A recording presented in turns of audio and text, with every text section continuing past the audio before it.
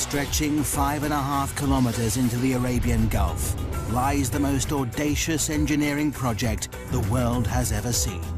Palm Jumeirah is so vast it can be seen from space. Built only from sand and rock, threatened by earthquakes, violent storms and erosion from the sea, it's remarkable that Palm Jumeirah exists at all. If God had wanted an island in the shape of a palm tree in the ocean, he'd have put one here. Engineers must race against time and battle constantly with the forces of nature. This is a megastructure they thought could never be built.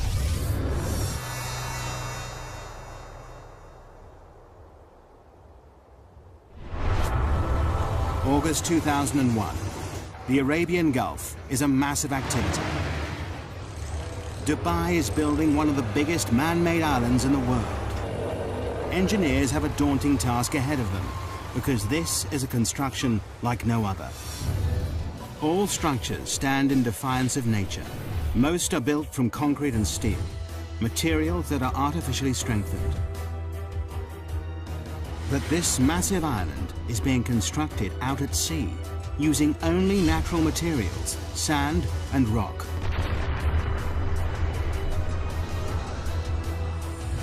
And both start eroding the moment they hit the water.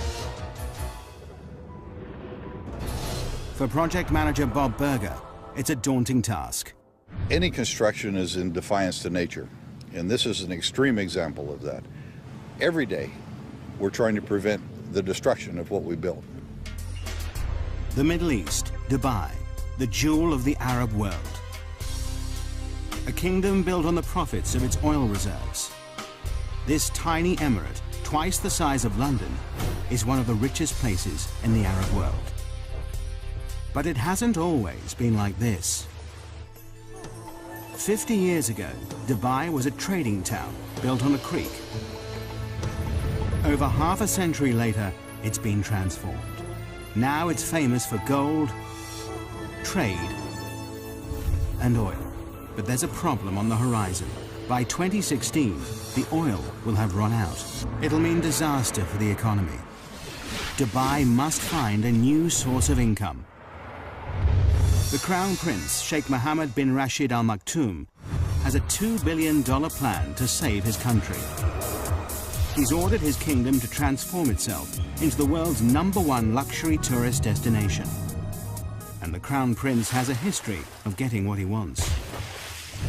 To put Dubai on the map, he's already built one of the most luxurious hotels in the world, the Burj Al Arab, created top-class golf and racecourses, and is planning the world's tallest building. But now, the Crown Prince's big idea is mass tourism. Dubai seems the perfect spot. It offers sun almost every day of the year, glorious beaches and azure seas. 5 million tourists visit here annually. Now they want to triple this to 15 million. But there's a problem. The coastline is a mere 72 kilometers long. Not enough space for all these extra people. But how do you make your coastline longer? The Crown Prince's plan is to build a massive island, and he wants it done by 2006. This daunting task falls to Sultan Ahmed bin Sulayman. Starting with a blank piece of paper, he draws a circular island. He's delighted. It increases the coastline by 7 kilometers. But for the Crown Prince, it's nowhere near enough. He looked at it was a circular island, which gave us about 7 kilometers of beaches. And he said, why not 70 kilometers? It's back to the drawing board. This time, the Crown Prince works on the design himself, pulling it about to increase the beachfront. Nothing seems right. But then he comes up with an audacious plan. What better for a paradise island than the shape of a palm tree? 5.5 kilometers across, it increases the coastline by a whopping 56 kilometers, 9 times more beachfront than the circular island. But no one has ever built an island this size and shape before. When I first heard of this project, I couldn't believe it. I thought it's incredible. The extraordinary plan is to build a city at sea. The palm will be covered with luxury villas, shopping malls, and restaurants. The crescent-shaped breakwater, linked to the palm by a tunnel, will hold 22 hotels. The easiest way to build such a massive structure at sea is to use concrete and steel. But this doesn't fit with the Crown Prince's plans. His idea creates an added challenge. To blend in with its surroundings, the island must be made entirely from natural materials. The palm-shaped island will only be made from sand, 94 million cubic meters of it. All that protects this from the sea will be a breakwater, 5.5 million cubic meters of rock. Together, there's enough sand and rock to build a 2.5-meter high wall circling the entire world.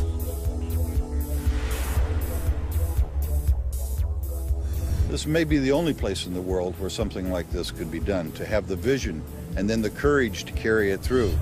To make this audacious plan a reality, Dubai needs the best engineers on the planet. A worldwide search leads to Northern Europe and Holland. Experts in land reclamation, the Dutch have increased Holland's landmass by 35%.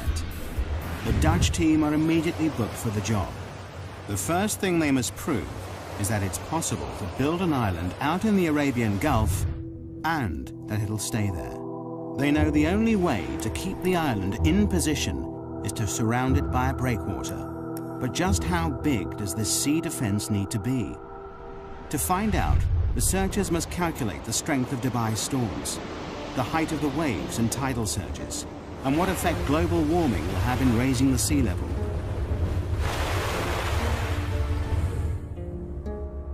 The biggest fear for all coastal engineers are massive freak waves. These waves build up over long distances, pushed by persistent winds and large currents. They destroy nearly everything in their path. But the island builders are lucky. The research team has worked out that the Arabian Gulf is the perfect place to build this megastructure. On average, the Gulf is only 30 meters deep, and it's only 160 kilometers wide. It's too short and too shallow for catastrophic waves to build up. But the team know they will get Shamal storms. Every winter, these intense northerly storms bring high winds and 2-meter waves that will batter the structure. Researchers must also factor in the worst-case scenario, the storm that hits once in 100 years.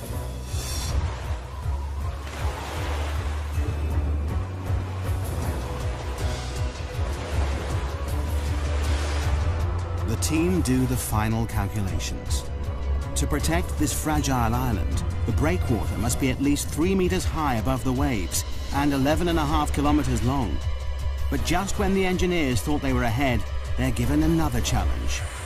The developers in charge of this megastructure want to start construction immediately, before the research is complete. It's a huge gamble that could come back to bite them. If they haven't got it right, the whole structure might be washed away.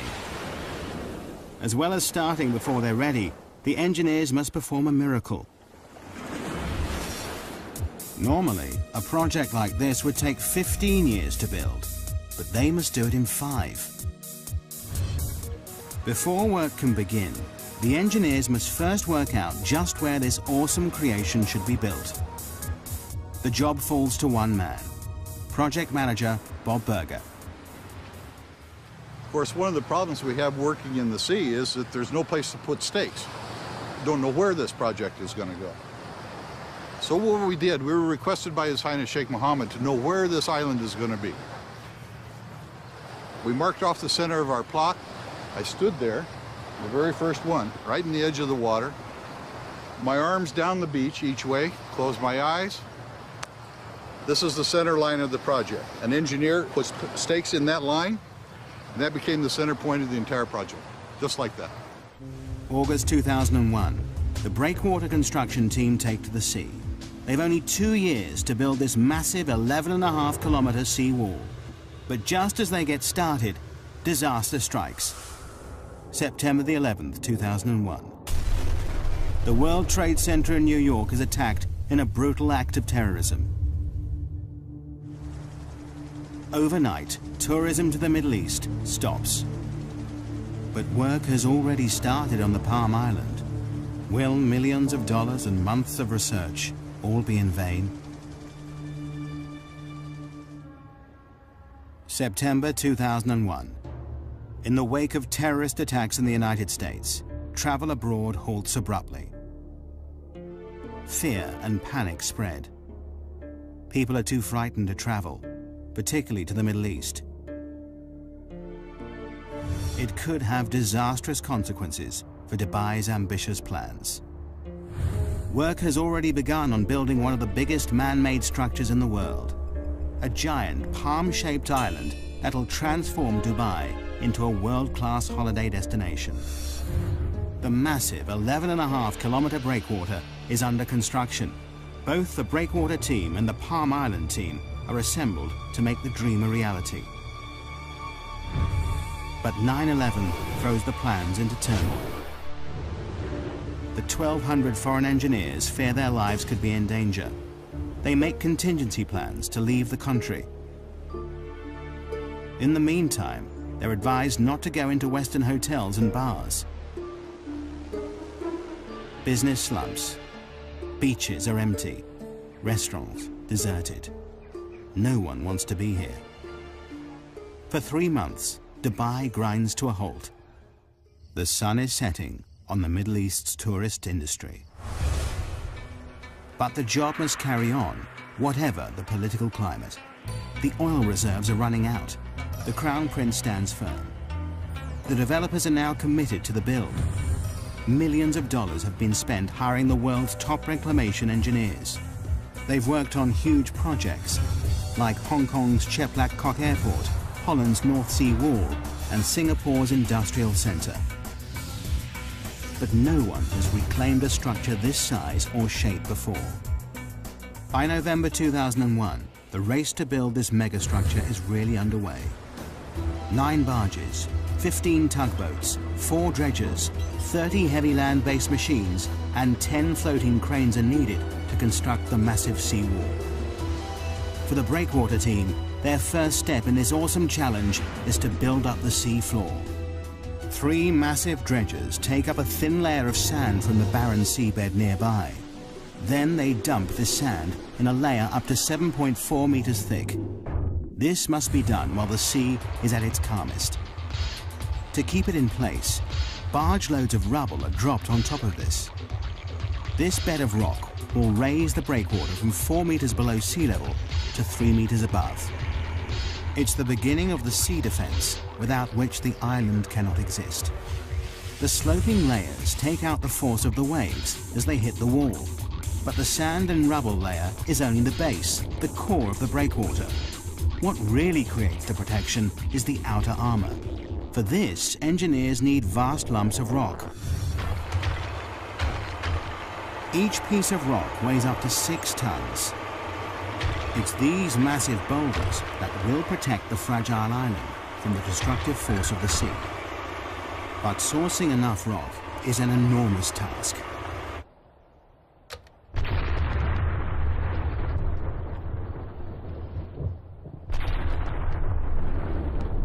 Excavation teams spring into action in 16 quarries across the United Arab Emirates. The 11.5-kilometer breakwater needs a lot of rock. 5.5 million cubic meters of the stuff, enough to build 2 Egyptian pyramids.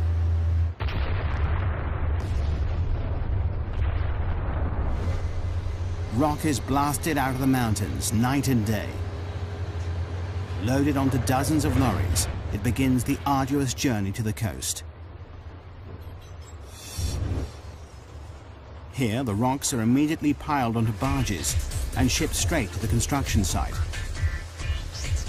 It takes less than 24 hours for each rock to travel from quarry to breakwater.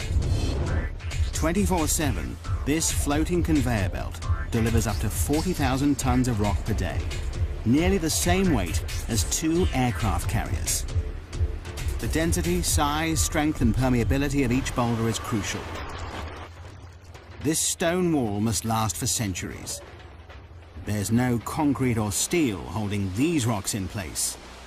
These vast boulders are not just dumped in position, Graded by size and weight, it's the sheer volume that keeps them here.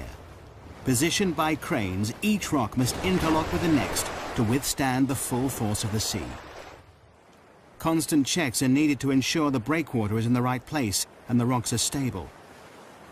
The only sure way to do this is to send in divers to pinpoint and check every meter of it. Nothing about this megastructure is left to chance. Any movement could cause the rock to crack and the wall to disintegrate, leaving the whole project vulnerable. A detailed study of the breakwater rocks below the water is noted. Divers are looking for signs of fatigue on these 6-ton boulders. Their fear is that some will have splintered or been knocked out of place by strong waves when they were put here. Every 27 meters, a diver surfaces to record the location of the rocks they're checking. The reading is taken from a man based on land, but so far this section of the breakwater stands firm. January 2002. 6 months after work began, a large section of breakwater stands proud 4.5 kilometers out at sea. For everyone involved, it's an exciting time as the dream becomes reality. When the first breakwater came up, of course, we all went out there. We had to stand on it. This tiny little precipice of rock in the middle of the ocean, and look back at Dubai and say that this is the beginnings of our job. It's a momentous achievement for the team, but there's still over 10 kilometers of this vast sea wall to build. The engineers are jubilant, but their happiness is short-lived. Winter is closing in. With a schedule of only 2 years to complete the breakwater, the last thing anyone needs is a delay. Winter in the Middle East brings shamals, great storms with winds of up to 56 kilometers per hour. Wind shifts are sudden, whipping up the sea, bringing torrential rain, violent thunderstorms, or blinding dust storms. On land, little can move. Out at sea, things are even worse. Massive waves batter the boats that need dead calm water to place the sand and rock with pinpoint accuracy. We had to seek shelter in the very little shelter that we had built. Engineers planned for the bad weather, but the storms of March 2002 are worse than they feared. Everybody crowding around trying to protect themselves from the storms. The boats find shelter, but more worryingly, will the breakwater hold? It's a nail-biting time. Over the next 3 weeks, the storms are relentless. All the engineers can do is watch and wait. The breakwater stands firm, but the schedule is slipping. The construction team is 3 weeks behind, and the pressure is immense. Every second counts. It's vital that the fragile sand island has protection. Only when a 550-meter-long section of breakwater is built can the Palm Island begin to rise above the sea. But the schedule is desperately tight. The entire megastructure must be complete by 2006. They have 2.5 years to create the island and breakwater, and just 2 years to build the city on it. The only way to meet the deadline is for both the breakwater and the island to be built at the same time. It's not an ideal situation. It will mean that throughout the build, the Palm Island will have the bare minimum of protection from the sea. But the engineers have no choice. The deadline is set. While the second team building the island wait for the protective breakwater to be built, they keep ahead of schedule by laying the sand foundations below sea level. But now, 8 months after construction began, they are desperate to break the surface. Finally, April 2002, the first 550-meter section of the breakwater rises 3 meters above the sea. At last, the builders of the Palm can step up the action and bring the island above sea level for the first time. To complete this massive island, Team 2 has the awesome task of finding 94 million cubic meters of sand to create their island, enough to cover the whole of Manhattan 1 meter deep. It's an enormous job in itself, but finding the right sand is an added headache. Dubai has more sand than it could ever need. But there's a problem. Desert sand is the wrong material for the job. It's too fine. The particles won't cling together. It means that the vast sand island would simply wash away. The engineers must look elsewhere. The best sand for the job is found 6 nautical miles out at sea. This sand is much more suitable. It's coarse, packs densely, and is more resistant to wave impact. They will dredge sand from the Gulf seabed. And there is an added benefit. The dredgers will spend less time transporting the material to the construction site. In just 3 hours, a dredger travels to and from the site, scoops up the sand, and sprays it into position.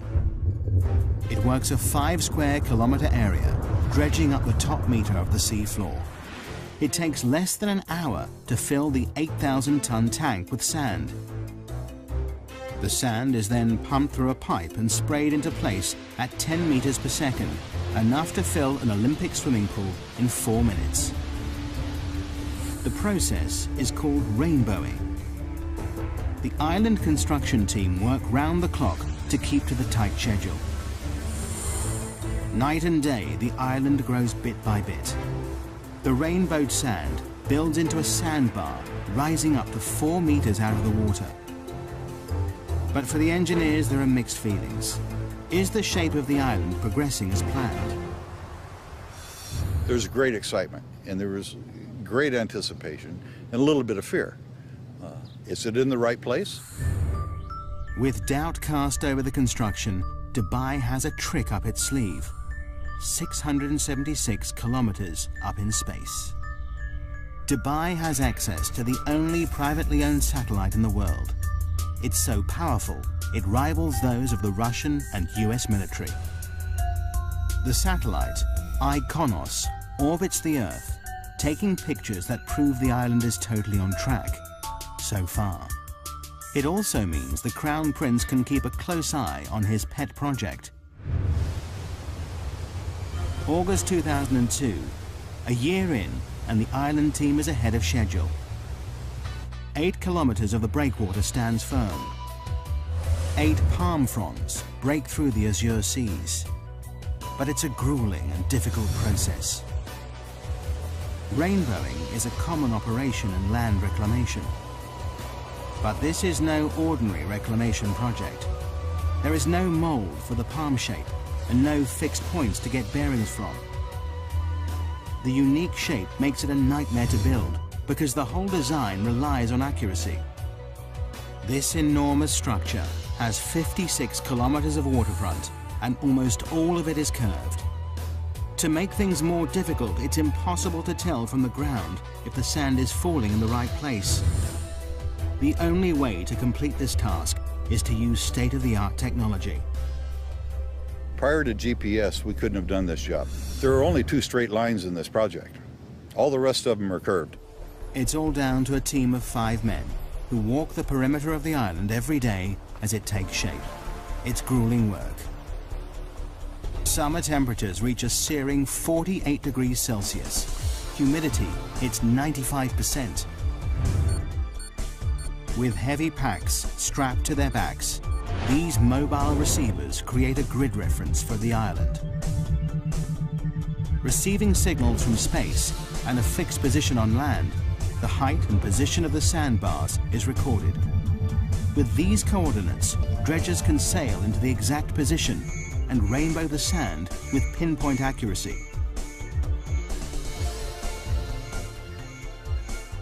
Only by using state-of-the-art GPS technology can this awesome megastructure take shape.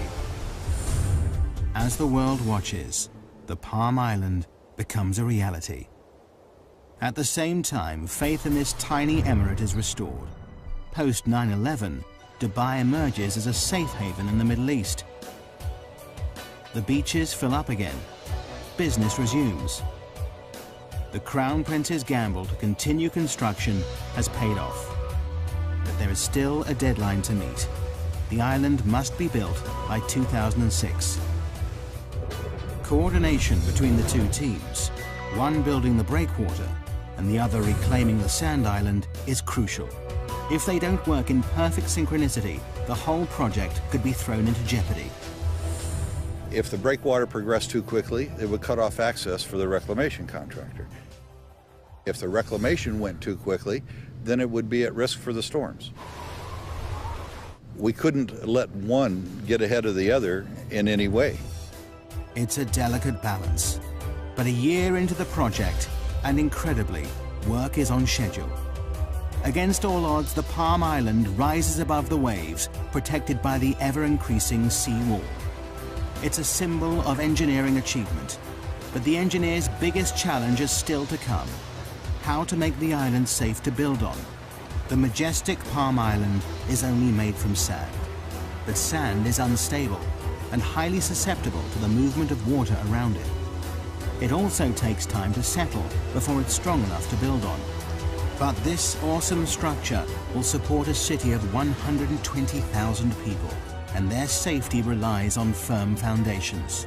This massive sand island must be made rock solid. But how? October 2002. Dubai is building the world's most audacious engineering project in the Arabian Gulf. A 5.5-kilometer island in the shape of a palm tree, made entirely out of natural materials. A year into the build, and 2/3 of the breakwater is complete. 8 kilometers of massive rocks piled 3 meters above the waves, backed by 200 meters of beach that will eventually carry 22 hotels. Behind this sea defense, the first 9 palm fronds made of sand rise above the water. Dredgers spray sand from the seafloor, a process called rainbowing, to create the first half of the 5.5-kilometer island. But building a man-made structure in the middle of the sea with only rock and sand throws up challenges every step of the way. The team constantly battle with nature as the sea erodes the work they do. We worried initially that we could actually do it, that we could place the sand where it should be, that we could place the rocks where they should be. The teams now race to finish the project. But then the engineers discover a problem that could put the whole project in jeopardy. The decision to start construction before completing the research has finally caught up with them. Coming in or going out. The sea is not circulating around this massive megastructure as they planned. The tides are not flushing the system properly. Clean water is not moving fast enough round the inner waterway. The water is in serious danger of becoming stagnant. People have paid millions for a piece of this paradise island. Green, fetid water is not going to work. A solution must be found, and fast. Changes must be made to the design. But all the time, the Palm Island is taking shape to the original plan. Further tests are run on the computer. Luckily, the solution is found just in time, and it's simple. The seawall must have 2 breaks in it. 2 4-lane bridges link the sections of the breakwater. These 2 openings mean enough fresh-flowing water can get into the system. Twice a day, the tide enters the structure, pushing clean water around the fronds. Over 2 weeks, the entire waterway is replenished. But there is always a fear it may return. Environmentalists now test the water every day to check that the system is working. The return of algae and stagnant water is something they can't allow.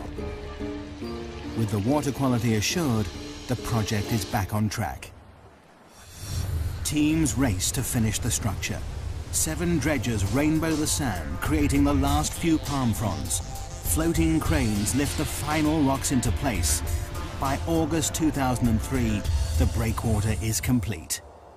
An awesome 5.5 million cubic meters of rock now holds back the full force of the sea. 2 months later, in October, the island reclamation is finished. 94 million cubic meters of sand have been pumped into the Arabian Gulf to create the perfect palm shape. In just over 2 years, the Palm Island has finally risen from the sea. The deadline has been met just on time, and phase 1 of this monumental engineering challenge has been accomplished. There is still a very long way to go. Phase 1 is only the completion of the foundations. Now to fulfill the Crown Prince's dream. 4,500 houses and apartments, hotels and shopping malls must be built along the waterfront. This sand island must support an entire city. But here lies the next major problem. Sand is not easy to build on.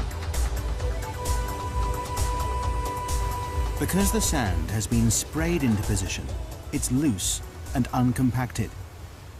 We get the material for the islands dredged from the seabed, which means that all the fine materials are already cleansed from the sands. You can drive on it within a couple hours after you reclaim it. However, it's not satisfactory to build on. But a strong base is vital to support this city at sea. Before construction can start, engineers must find a way to compact the sand to make it firm. In theory, the idea is simple. All we have to do then is compress the top layer. As you can see, when you press down, very little displacement, except straight down, nothing to the side. That gives us a firm surface to build on. But in reality, the engineers are working with an area spread over 5 square kilometers. Over time, the sand will compact naturally, but this will take years. And time is something the engineers don't have. Construction of the infrastructure must start immediately.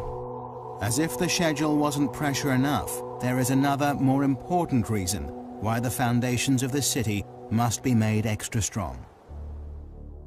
Dubai sits just on the edge of a major earthquake zone.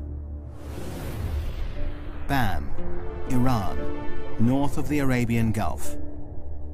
5:26 a.m., 26th of December 2003. The town is hit by a quake measuring a massive 6.6 on the Richter scale. In minutes, 60% of the buildings are leveled. 43,000 are dead, 20,000 injured, and 60,000 are homeless. Following this, multiple quakes hit Dubai 480 kilometers across the Arabian Gulf. It's a wake-up call to the Palm Island project. If the epicenter hit Dubai, it could spell disaster. Should an earthquake come through the area, the sand might lose its cohesiveness down deep. The reclamation process piles sand one grain upon another. If we put the ocean around it, you see the island. However, the lateral forces of an earthquake can make the island disappear. This terrifying phenomenon is called liquefaction. It happens when a quake shakes the Earth's surface, causing sand particles to move. As the sand compacts, it pushes the water between the particles upwards, making the ground liquefy. It means the island would sink back into the sea. This was terrifyingly evident in Kobe, Japan. In 1995, an earthquake measuring 7.2 on the Richter scale rocks the city. In seconds, the buildings are reduced to rubble. But in the harbor, events are very different. The force of the quake liquefies the reclaimed land the port is built on. Harbor buildings and walls literally sink into the sea, causing nearly $7 billion of damage. It's something they can't risk in Dubai. Before any houses can be built, Palm Jumeirah must be made strong enough to prevent it from liquefaction. The team work out they need to compact a layer of sand 12 meters deep, too deep to compact by normal road roller. The only solution is a process called vibrocompaction. January 2004. 15 machines work around the clock to firm up the land. Probes drill over 200,000 holes into the ground across the surface of the island. High-pressure water and air drives each probe deep into the earth. This shaft then vibrates, shaking the ground around it. The earth is compacted. It's a tried and tested formula. As the sand compacts and sinks, more sand is poured in until the area around the probes is rock solid. It takes the team 8 months to stabilize the 17 palm fronds, but it has to be done to ensure the safety of 120,000 people who will live and work here. March 2004, 2.5 years into the project, and Palm Jumeirah is ready to become a building site. Now thousands of trucks and cranes, tons of supplies, and 2,000 laborers descend on the island. This is the most complicated part of the project, the installation of the infrastructure, gas pipes, electricity cables, water supply, and buildings. In 2 years, they must build an entire city at sea. But have the developers set themselves a near impossible target?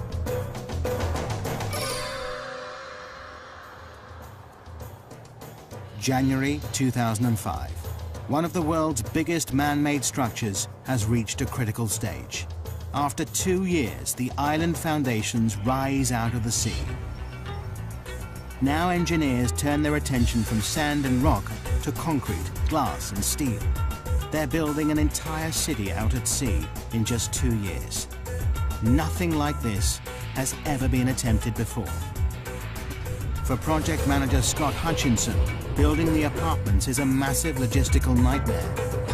I've probably worked on 3 or 4 other billion-dollar projects before, but this is without a doubt the biggest and the most complex that I've ever seen. And I can't imagine other projects being any more complex than this.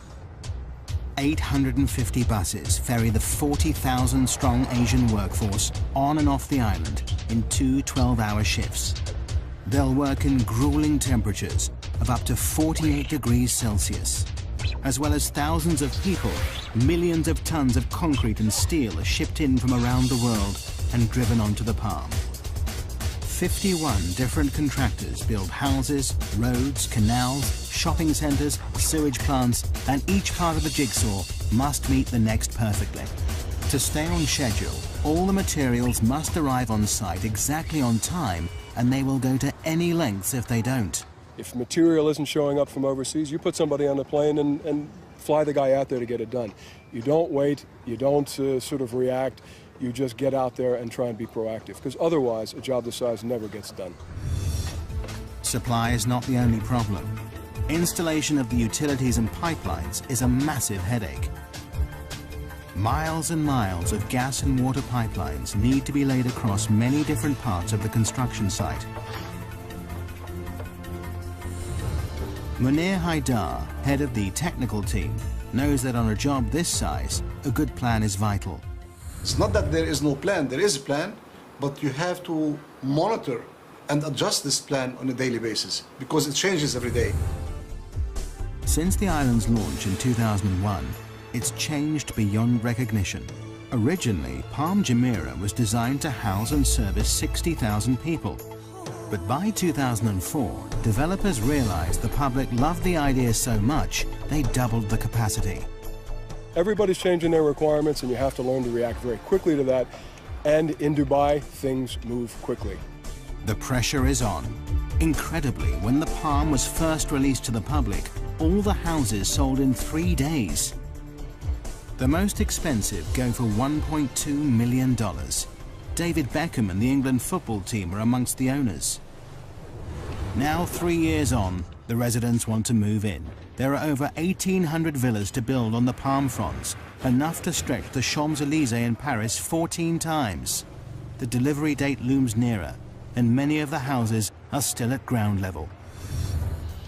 The schedule is slipping, but the Crown Prince has promised the world a luxury location by 2006. The deadline must be met.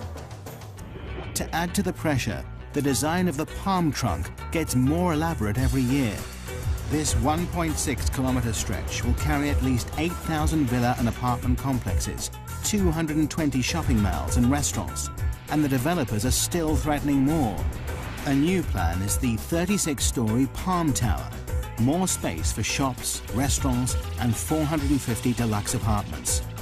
But all this extra development comes at a price. The deadline for the trunk has slipped to 2008.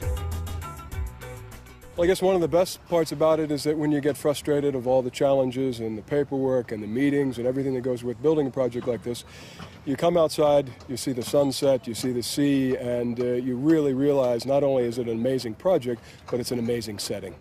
But this awesome setting creates hidden problems for the engineers. With Phase 1 complete, the island reclaimed, the Palm now faces its biggest enemy, the environment. Nature will permanently try to destroy anything built in its way. The bigger the megastructure, the bigger the problem. From the start of construction, there has been one issue engineers know they will face: the problem of erosion. All beaches are constantly affected by waves, but with a man-made island, the problem is exaggerated. These beaches are not naturally replenished with sand by the sea. If nature won't do it, someone has to. Otherwise, the whole island will be washed away. Only now the island is complete can they see the full extent of the problem. Engineers have studied every meter of the Palm's 56-kilometer coastline, analyzing the effect the waves have on its shape. The results show the sand is gradually being washed away in some places and built up further along the structure. Left unchecked, the beaches will no longer be straight, and Paradise Island will fail. But the engineers are confident that through constant maintenance, they can keep the intricate palm shape. Just when the developers think they've cracked the problem, an even bigger dilemma rears its head. Beach erosion is also affecting the Dubai coastline on a much bigger scale.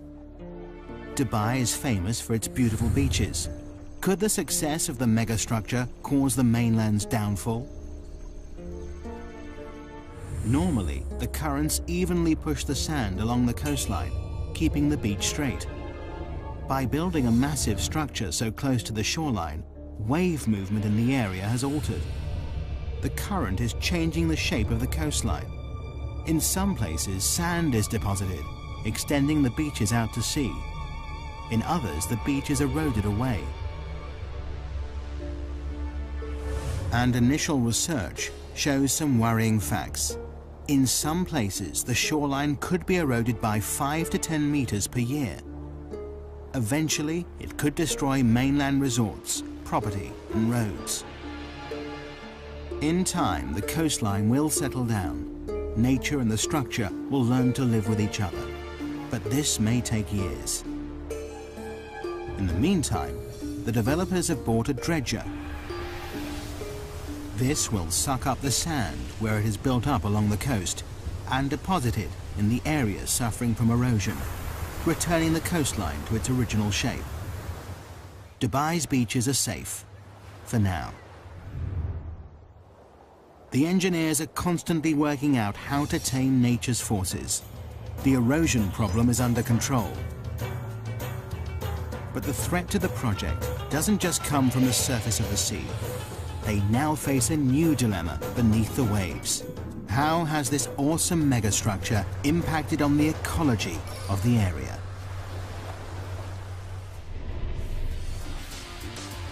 August 2005.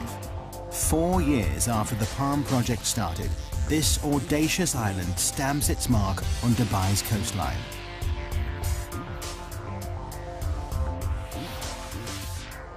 This was the first step, a big step, in putting Dubai on the map. But by pushing into unknown territory, building structures never built before, engineers face new problems all the time. Since the Palm Island's conception, environmentalists have been convinced the building of this megastructure would destroy local marine life, ruining one of its greatest selling points, the azure seas it sits in. For the developers, it's a problem they're constantly watching. Every 6 weeks, divers check the waters. Fish and corals are monitored and measured. But fears that construction may have destroyed this underwater world appear unfounded so far. In fact, this megastructure seems to be having the opposite effect. Not only is the marine life unaffected by dredgers removing a meter-thick layer of sand, but the breakwater has created shelter for fish and is attracting new species into the area. Now the palm developers are turning this to their advantage. They plan to build the largest artificial reef in the world. In June 2004, 2 jet fighter planes were dropped to the seafloor for people to dive on. There are even plans to sink a red London double-decker bus. In true Dubai style, they'll create something from nothing to rival the reefs of Australia, the Red Sea, and the Maldives. Even before the Palm is finished, the Crown Prince is inspired by its success. Now he wants 2 more islands, each bigger than the last.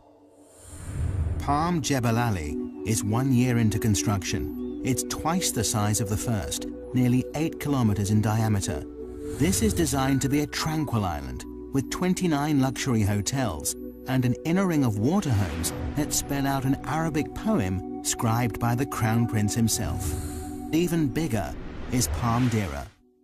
Work has just started on this whopping 14-kilometer long island that will support 500,000 people.